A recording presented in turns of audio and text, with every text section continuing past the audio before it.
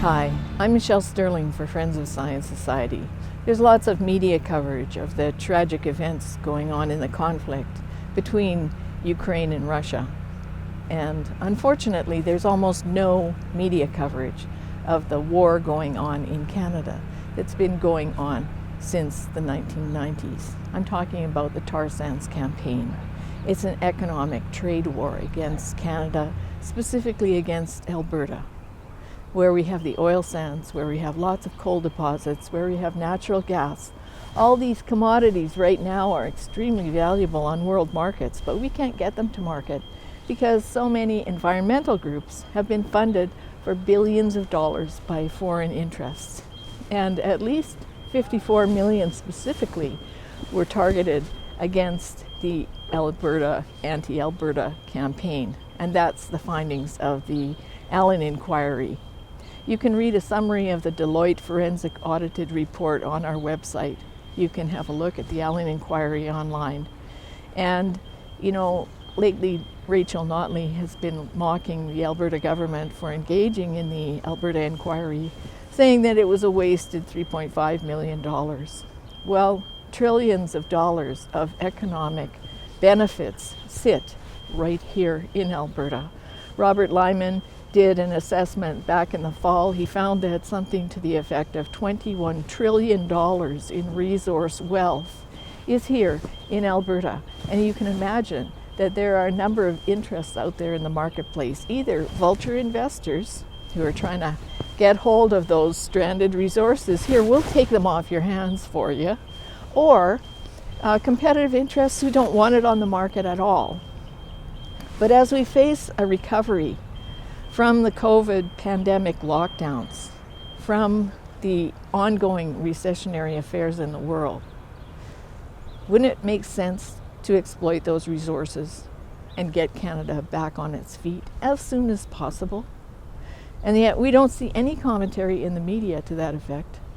We don't see any politicians flying into Alberta to make statements to that effect, that they want this area of the country to flourish, and by flourishing here, the rest of Canada will benefit too. And that's because the supply chain for the oil sands is tremendous. It's huge. It's across Canada. And everyone knew that back in the 2010s when everything was booming here. Now, you might say, well, there's no coverage of this presumed economic trade war, Michelle, because there are no casualties. Well, I can tell you there are thousands of casualties. There are hundreds of people who've committed suicide, facing financial despair as the market collapsed. There are thousands of people who have lost their homes, whose families have broken up, who live in despair, who are in depression, who feel helpless because their means of income and life earnings have been taken from them by the tar sands campaign. And one of the key actors in the tar sands campaign was the National Resources Defense Council, who appeared in the 2011 CBC documentary called The Tipping Point: Age of the Oil Sands.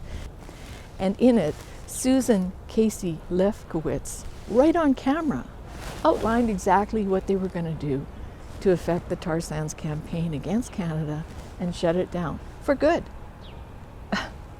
So this is a public document. You can see for yourself. So I think that we should be taking care of our affairs here at home, where the economic trade war against Canada has been ruthless and is getting more dire every day. And most of the proponents against the oil sands claim it's a climate change issue. They claim there's a climate catastrophe on the horizon. But I'm going to show you a little chart from the Holocene that will make you understand that there's no unprecedented rise in temperatures. Our temperatures are lower than they've ever been in the Holocene period.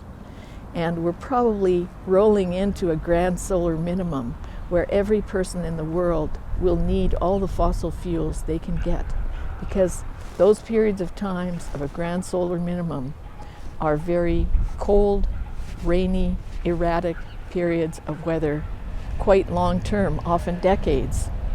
And the only thing that helps people manage those extreme conditions are fossil fuels: oil, natural gas, and coal. Certainly, China and Russia are not shutting off the taps for their own industry like we are. Certainly, China and Russia are not trying to save the world with climate action. They're probably laughing at us right now as we self-destruct. It's time that we stop it. We don't have to go along with these crazy schemes that are coming from unelected, unaccountable bodies like the UN, the UNPRI, the IPCC, and the alliance of financiers that Mark Carney put together at COP26. We do not have to comply.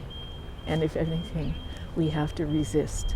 Otherwise, we will be living the great regret. For Friends of Science Society, I'm Michelle Sterling.